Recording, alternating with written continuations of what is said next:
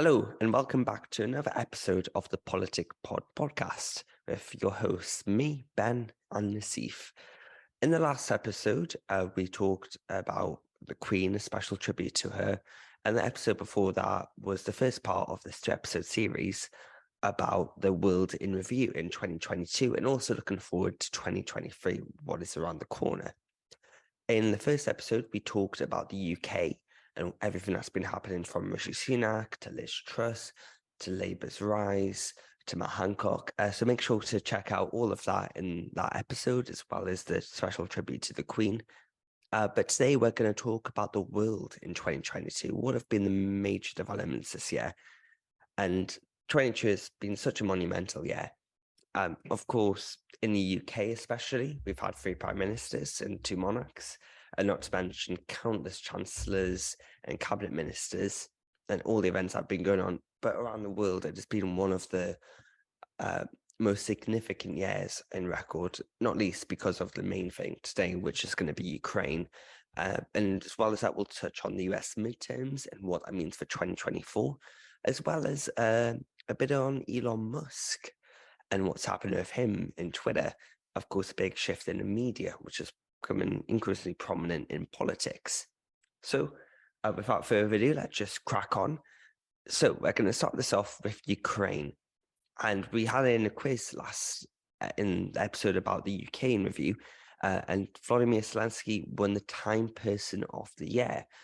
And this is completely unprecedented almost.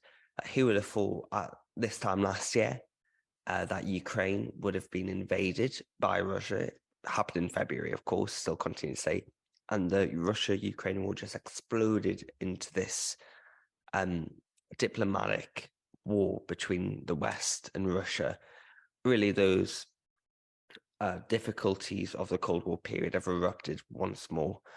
And we're now in a much more perilous situation than we used to be. But nonetheless, it's interesting to talk about and something that we do need to talk about. So it was a massive geopolitical shift, as we discussed. The era of talking, of diplomacy, of nuclear disarmament, as was happening 10 years ago, is, completely gone. It's gone by the wayside, and Russia have invaded Ukraine. I can remember watching on news, I don't know if you can, when Russia did invade Ukraine, because it was expected for a few days they would, and I was just completely in shock. I couldn't believe a nation like Ukraine, at the time, looked as though they were about to fall to Russia, that they would be done swiftly and that the war would be over, and we, would be on the cusp of a much more powerful and emboldened Russia. That post-Cold War consensus was just destroyed. What were your thoughts when Russia initially invaded Ukraine? Was it a shock? I have to be honest with you, Ben. It was complete shock. Mm. I think the fact that Russia would go so far as to invade Ukraine. I mean, let's just think about this on a global scale first, and then on a local scale. On the global scale, what a risky move. I don't understand what would have been going through Vladimir Putin's head. But the fact is that invading Ukraine has demonstrated to have isolated Russia, cut Russia off all sort of diplomatic ties with any Western allied nation. And most nations across the globe, even those who are seeking to build closer ties to Russia, have now completely backed off because of this unprecedented and, quite frankly, incredibly shocking invasion. It's not just a shocking invasion, but in the eyes of many nations across the globe, an immoral invasion, naturally. On the global scale, Russia has essentially dug a hole for herself. And I think the Russian people are probably going to be most affected internally for being led by a government that seeks to incorporate another sovereign democratic nation as well into its union. It's certainly just, I mean, I have to be honest with you, Ben. It's inexplicable. It's mind-bogglingly inexplicable. Very shocking. But nonetheless, I guess it is what it is now. On the local scale, um, perhaps we could have seen this coming, and especially a few months before the invasion of Ukraine, a lot of people were certainly starting to get a feel of Vladimir Putin's new foreign policy. Some people were even saying that Putin would go as far as to invade Ukraine, and it seems that they were right. Other people, like myself, admittedly, were a lot more reluctant to say that that would happen. It was just, it was too out of the blue, really, to say, oh, of course he'll invade Ukraine. So people like myself said, no, no, Russia will not invade Ukraine. What a silly thing to propose. You know, it could be too risky diplomatically, and especially since Ukraine's position with regards to its relationship with the West and with NATO. But it seems we were proven wrong, and Vladimir Putin took the very risky. So, uh, of course, completely shocking. Even speaking about it now, didn't expect it to happen. I don't think anyone did. Boris Johnson was giving an interview to, I believe it was CNN recently, and he was claiming that other European allies just couldn't believe that Putin would even consider invading Ukraine. Of course, some of them have disputed it now. Uh, but what has happened, possibly even more unexpected than Russia invading Ukraine, is the Ukrainian response. Most experts expected Ukraine to be steamrolled over and that by December now, Kiev would be safely in the hands of Russia, and Russia would have taken large swathes of Ukraine and now a much bigger global threat. Wondering who's next. Could it be Poland? Could it be some of the other countries around that area? But no, it hasn't happened. Ukraine have really pushed Russia back considerably, and of course, Gerson, they had to leave in the last few months. And Ukraine are now talking of there will be no peace agreement until Crimea is taken. Of course, Crimea annexed by Russia some 8 years ago from Ukraine. So they've clearly become emboldened, and the spirit of Ukraine has clearly shown, as Times did say, the spirit of Ukraine has been really remarkable. But I think what is big about this war, of course, Russia has a more advanced military and significantly more numbers, but Ukraine have a reason to fight. They're protecting their homeland, they're protecting their values, their nationality, their future. Will they continue with democracy, as has been the case, or will they succumb to Russian occupation? And it's clear which one they believe in, and it's clear which one they're fighting for. Russians are not enthusiastic about this war. Enthusiasm for the war has dropped significantly, as has Putin's approval rating, although not hugely for the latter. When Russians get called up to fight the war, many of them don't see the point of it. They don't see the need to go to war. It's where Ukraine see a reason to defend their homeland. And it's very nice talking about this. However, one of the big things to watch in 2023 is how far funding will continue. So the UK has a consensus now that we need to provide financial support to Ukraine. The EU is being held back because Hungary wants, before a package can be given to Ukraine, some I think it's about 18 billion euros. Hungary, with its separate issue on their own laws and having their funding withdrawn, they want that resolved before Ukraine's giving their funding. And there's disagreements in America now about, okay, we should stop funding Ukraine. And it's very nice to be very supportive of Ukraine, but there are some saying that, look, the energy situation has completely boiled over because of this war in this country. Many are going to suffer for it. And additionally, in a time of financial pressure, we can't afford to keep on splashing the cash on Ukraine. What do you think of that? What do you think of those arguments? I think it's a tough one, but ultimately, I have to side with the status quo.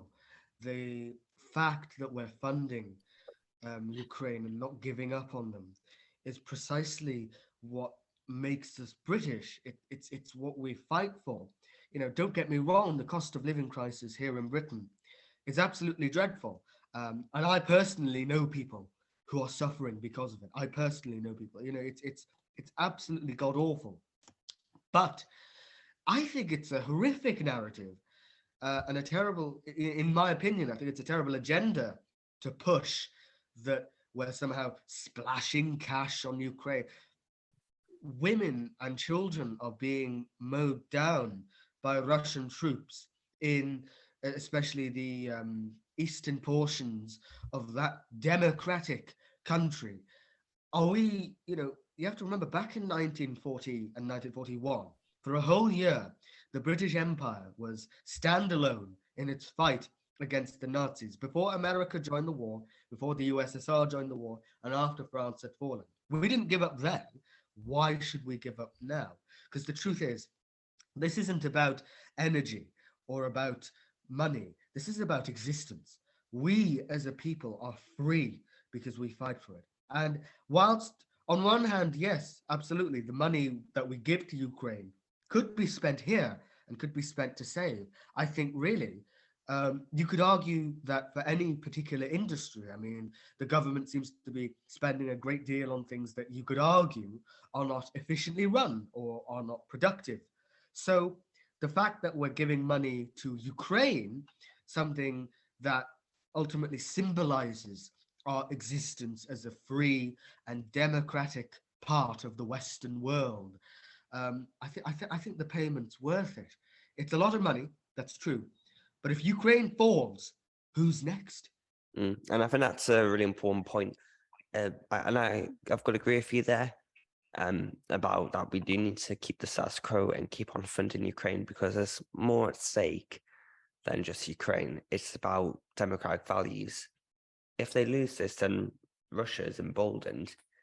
If they manage to make a win out of this situation against the odds, then that imperial style conquest that Russia's been going on over Putin's premiership, first in parts of Georgia, next in Crimea, and of course now most significantly in Ukraine, that will essentially die. Like that sort of those sorts of agendas that we see in Russia today, and indeed in other countries around the world, and we could move to a better place in global affairs if Ukraine managed to survive this situation. And of course, I don't think Russia, certainly not Vladimir Putin, might have expected the international response. Of course, they would have imagined sanctions, maybe not as hard as the sanctions they had envisaged, but certainly they would have expected harsh diplomatic pressure from the West. What has happened in countries such as India or China, they're being lukewarm on the war. They don't want to get dragged into it. Normally, they would be more likely to side with, say, Russia in some circumstances for many countries. Maybe not so much India, but certainly perhaps China. But they're saying they don't want to they're not willing to condemn the war, but it's clear that they're against it. They don't want it to happen. And Russia is quickly losing its allies and quickly losing support both within and out of its borders. And that creates a very tricky situation for them. And it's a tricky situation for Vladimir Putin. How does he react next? And that's something we're going to have to see in 2023. What happens because of that? Of course, I think many people among the West would love to see, Russia be more democratic, and that imperial conquest go away and put a stop to it for at least a long time. But that's a big question. What happens next? So there's three potentialities that will come in 2023 and beyond for the Ukraine war. So the first one is that Russia launches another invasion of Kiev in the new year. Ukraine would be forced into a treaty where they'd be forced to concede much land. And as we discussed, that would embolden Russia. However, we have another scenario, one that is perhaps unlikely, but then again, it's a lot more likely than it was in February. And that is that Ukraine continues to push against Russia into Crimea. Now, that might seem great for us, having Ukraine regain its territory, and indeed for them, and that's what it deserved, and that's what is absolutely right. Can you imagine if that happened to the UK? However, the problem with that is, of course, it does risk nuclear tensions. How far is Putin willing to go to win this war? And that is, that could be a very tricky situation for the next year. And, definitely a significant one if that was to happen. But perhaps the most likely scenario is that the war reaches a stalemate, a peace agreement's reached, and the war just ends that way. That's what most expect at the moment. And indeed, Western countries like the US and the UK and its allies may push Ukraine and start saying, look, we need to just end the war now. Otherwise, the financial support's going to dry up. And you want to take as much as you can while you have the opportunity to. Uh, so, yeah, we'll have to see what happens in the new year with that. Ukraine, arguably the biggest story of 2022. Internationally at least, and surely it'll be the next one in 2023 as well. Definitely. So from one continent in Europe to another continent, and that is the US. We just talked a little bit about them then, and of course they had their midterm elections in November, which is a de facto referendum on the Biden presidency. And again, some expectations. A red wave did not happen. And it was a very good night for Joe Biden. They nearly held on to the House. The Republicans have a majority of 6 seats in the House of Representatives, which is really quite remarkable, as the incumbent party nearly always loses the House, except for circumstances such as after 9/11, when there was huge Republican support as they were the incumbents. They also increased their Senate majority. Normally, they may expect to lose their Senate, but they didn't. And it looks as though Joe Biden, should he decide to run, is well placed for 2024 to win that presidential election. And this is despite inflation crippling the country, their economy in downturn, and of course, crime on the rise. However, it was a good night for Biden, but it wasn't so much of a good night for his adversary, Donald Trump. Of course, a terrible situation for him. His candidates failed. The likes of Dr. Oz in Pennsylvania, some pretty bizarre choices. I don't know about Unicef, but there's been this rise in America specifically, having more celebrities. Like, so Dr. Oz was, I believe, a celebrity doctor on the Oprah Winfrey show. More of them running for office in America. What do we think of those? Is it a bit odd, or should we go back to politicians? Goodness, I mean, I know we're certainly not having a shortage of politicians here. I mean, over here, our politicians are becoming celebrities, like Matt Hancock. Um, but it seems over there, their celebrities are becoming politicians. And sort of, it's amusing at first, but I don't particularly know how I feel about that. I don't think it's a great development. If I'm going to be, if we're going to be really, you know, unfun, unenjoyable, uh, properly political here, then yeah, the development I think is not necessarily a positive one. We see celebrities like, well, Kanye West. We needn't comment on him, but we see people like him going into politics, and we say, well, where are the politicians? I am by no means claiming that politicians in America are good celebrities, but then again, that's not really the point. The point of politicians and representatives are that they represent the people, they do their job, they serve their constituents, they ensure that they understand what's going on politically, not just what for what they represent, but also across the country. Having celebrities pop in is not particularly a great mix, because these celebrities are well known, they'll probably be popular, but do they have the political experience? And the truth is, it's not going to be the case. They are not going to have political experience. They're just in it for the gimmick, for the gag, essentially. And I think I mean, I'm not surprised America, of all places, would start worshipping its celebrities to the point of politics. But by no means do I think it's a great development. So Mm. I don't know if you saw that Kanye West uh, interview, but it was just utterly bizarre. He was on with Alex Jones on InfoWars, and when a conspiracy theorist like himself is yeah, the voice exactly. of reason, it's not good. Like the stuff I listened to, I get about a 10-minute highlight reel of it. And it was just so bizarre, the stuff he was saying. Kanye West claiming that he was a Nazi, that he sees many good things about Hitler. And of course, when posted a swastika on his Twitter page not so long after that. So, yeah, I don't know what's happening with him at the I don't. moment. Yes, goodness. Uh, but, anyways, back to Donald Trump. So, before the midterms, it looks as though he was going to run in 2024. I mean, he's announced he's going to run, but it looks as though he was certain to win the Republican nomination.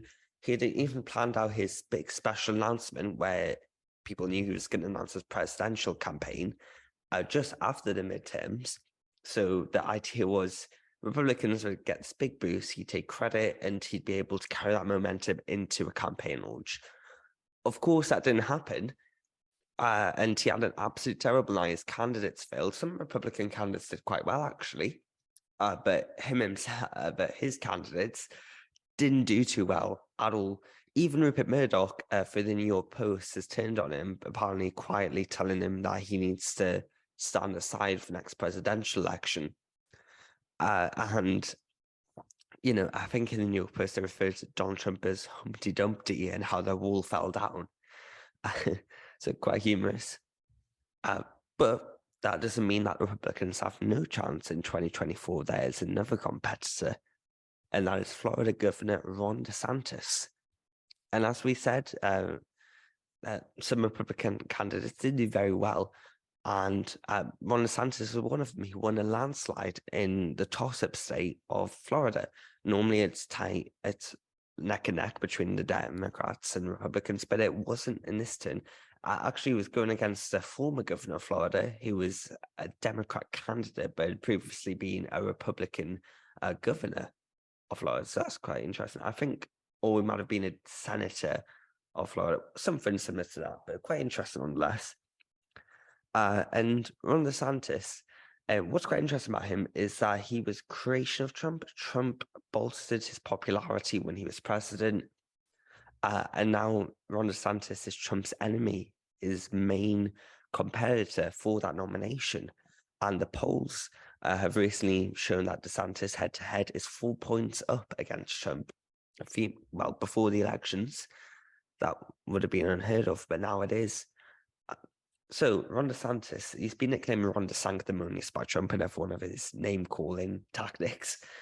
But he's an interesting figure. So he exerts this very strong socially conservative agenda, being very anti-woke. He signed the so-called "Don't Say Gay" bill in Florida. However, he was also very pro anti-lockdown.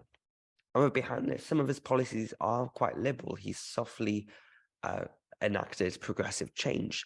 For example, some medicinal uses of cannabis have become more viable in Florida, which is against what you'd expect of a conservative. So, certainly an interesting figure and one that could very well be the next president of America and could potentially go up against Joe Biden or whoever the Democrats end up nominating. So it seems as though the presidential nomination for the Republicans will be between Trump or DeSantis. Should Trump stand aside? Ah, I mean, let's be realistic here. I think if the Republicans want really any chance of winning, yes. Yeah, Mm, I say Trump should stand aside. I mean, you know, he they had two attempts at impeaching him, and the man has a terrible track record, reputation wise. He's been accused of of um, of mistreating women. He's been accused of many sort of um, allegations such as racism, sexism, and in the US, of course, this is a huge thing, especially over there since the race debate, and to some degree the gender debate seems to be very prominent over there, more so than it is here in Britain, I would argue. What I find, therefore, is that Trump not only made the Republicans so unpopular, but this is demonstrated by the fact that Joe Biden is president.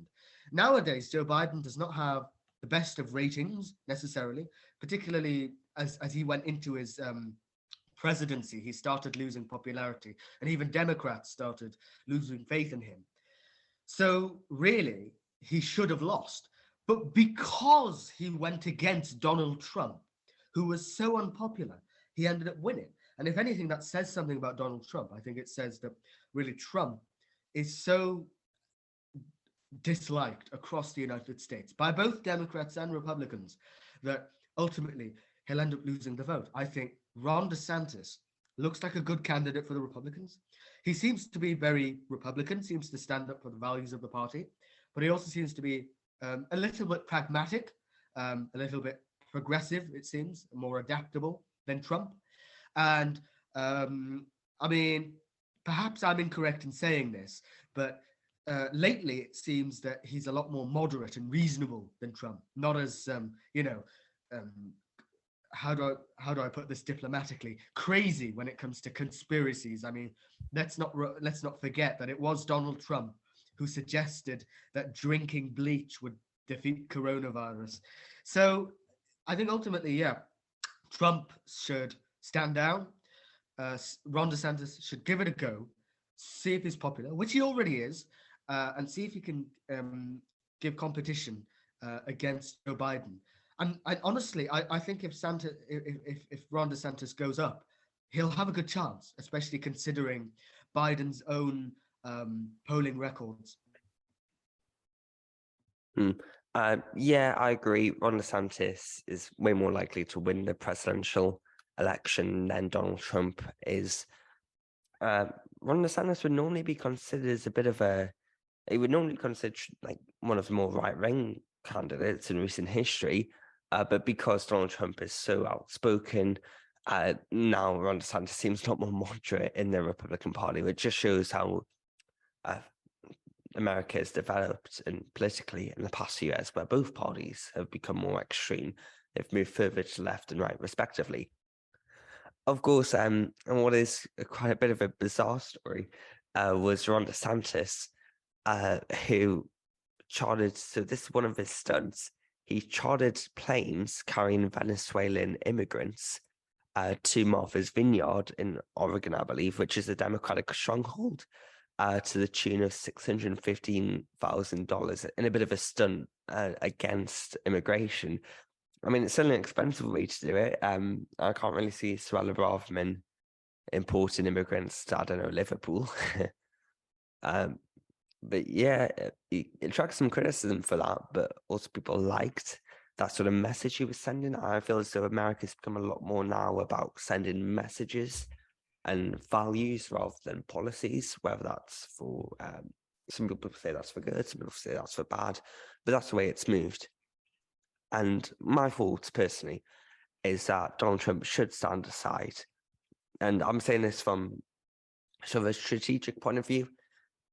My view is that if after the presidential election he had quietly conceded defeat, he had accepted the result and allowed for a peaceful transition, then he would have had a much better chance of winning 2024. He could have even been expected to win, but he didn't do that. He continued to deny the election in face of everyone, even his vice president, even his advisors, saying, look, you lost the election. And this democracy denying mantra has come back to bite him. And people are shown that while the Democrats are performing the best in the country at the moment and would be expected to lose a huge amount of seats and governorships and whatnot in the most recent elections, it didn't happen because Donald Trump has plagued the party. And now it's divided between Trump loyalists and Republican moderates. Like there's the debate now whether candidates and Republicans should accept the results of that presidential election. That shouldn't even be a debate. They should have accepted every other time they have, whether it's been Republicans, Democrats, they've accepted the results, but not this time. And he can't keep going on. He is going to run for next election unless he decides to make a U-turn. But if he wants to have a chance, he can't keep up this democracy denying mantra. He cannot keep this up if he wants even a remote chance of winning. I mean, I could be proven wrong. We've seen crazy things happen, but those are just my thoughts. But let's move on to another issue in America about an American businessman, but it has international implications, of course, and that's about the media. It's about the new Twitter CEO, and that's about Elon Musk. So, of course, he acquired Twitter and has been its CEO since, although on the day of us recording this, he held a poll saying whether he should step down as Twitter CEO quite randomly to his followers, which did vote in favor of him standing down. So maybe by the time this goes out, he'll have stepped out. They'll have a replacement lined up, but we're just gonna have to see. But we're gonna talk about the political issues here. So, what do you think of Twitter? Do you think it truly represents the free speech values we have in Britain and the Western world, or do you think it doesn't exist on Twitter? I'm going to go with the latter, Ben. I personally, I have my reservations about Twitter, and I have expressed in the past my disdain for the site. I don't think it represents free speech at all. I mean, people can say whatever they want, but no one can argue whatever they want. And I hope you catch the gist of that. You can say whatever you like, but there is no debate. There's no argument. There's no civility. Let's just put that on the ground first. And I feel, Twitter's had a journey, but what it ended up as before it was bought acquired by Elon Musk, is that it very much was extremes versus extremes. What a sight it was for all sorts of people to say all sorts of things, and I can't even begin to describe it.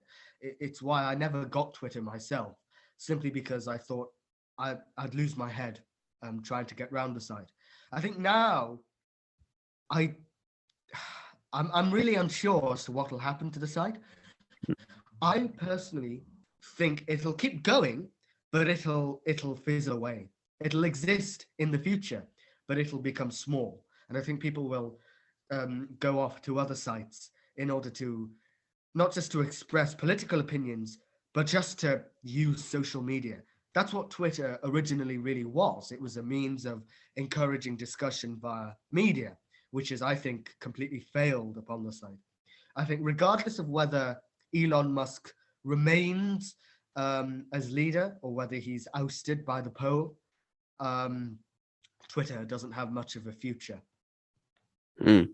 And you did make a good point there. I do think Twitter will continue to exist, and I think it still will continue to be very important, most significant social media by quite a mile. I can see people disperse into other platforms. That, of course, we've seen the rise of Mastodon recently because of Elon Musk's takeover, which I think is a bit unfair because he hasn't had a chance to prove himself, and that's more a retaliation against Twitter becoming more perhaps champion freedom of speech more. However, the problem with that is people will disperse to platforms that are like specifically tailored to left-wing people or to right-wing people, or wherever you lie on a political spectrum, so people don't hear other views. My opinion as Twitter is that I do think they do need more. I think it's not so much free speech and censorship that's the issue. It's about the way that dynamics work. I think there's no way of putting it aside. You can get certainly some politically centre-right or right-wing views on Twitter, but at least in the UK and across the Western world, it's heavily dominated by centre-left or left-wing tweets. And that's what people see more. And of course, that's because younger people who are more to the left use Twitter a lot more than older people will. I know for a fact my parents or grandparents don't use Twitter, and I can't imagine them doing it. But I think they need to strike more of a balance, try and find a more balanced view. Of course, I don't know how algorithms work and how you can tailor that, or whether even Some will say that's not ethical. They should accurately represent the views of the users as well. I would make the point it has to represent the views of the world population because of just how vital it is. Really, social media today is really important in politics and indeed the world. But we'll have to see what happens of that, and we're going to end the episode. We're entering the last couple minutes for 2022. And just quickly, what is the biggest story of the year for you? What is the biggest event that has happened? I think the biggest story of the year, if we're going to talk globally, is probably, it's between two things, really. The passing of the Queen, which I know we haven't touched on that this episode, but I think that's definitely a massive development, leaving a huge 70-year era behind and moving on. But also, I think if we're going to really talk about with respect to the interest of the world, it'll have to be the Ukraine war. I think that tops everything, and I think it dominates everything in the news, and rightly so, because it's just such a shocking and absolutely devastating predicament in which the Ukrainian Republic finds itself. And I think diplomatically, Russia has isolated itself. It's certainly changed the look of the globe with respect to global politics, and ultimately, it's a huge story. I mean, it's something that was so unbelievable, and yet it's happening. Yeah, you're right. Also, there's a shock and awe for the whole Liz Truss debacle that in the UK especially is one of the big stories this year. And then just very quickly, what is your big prediction for 2023? My big prediction is I think Trump's going to make a U-turn and decide that he's not going to run for the presidential election. How about you? What's your quick, big prediction? I don't think he'll go for it. I think it's too risky. Great. He's announced the campaign, but I think he will make a reversal. But we'll have to see next year. Let's review it this time next year.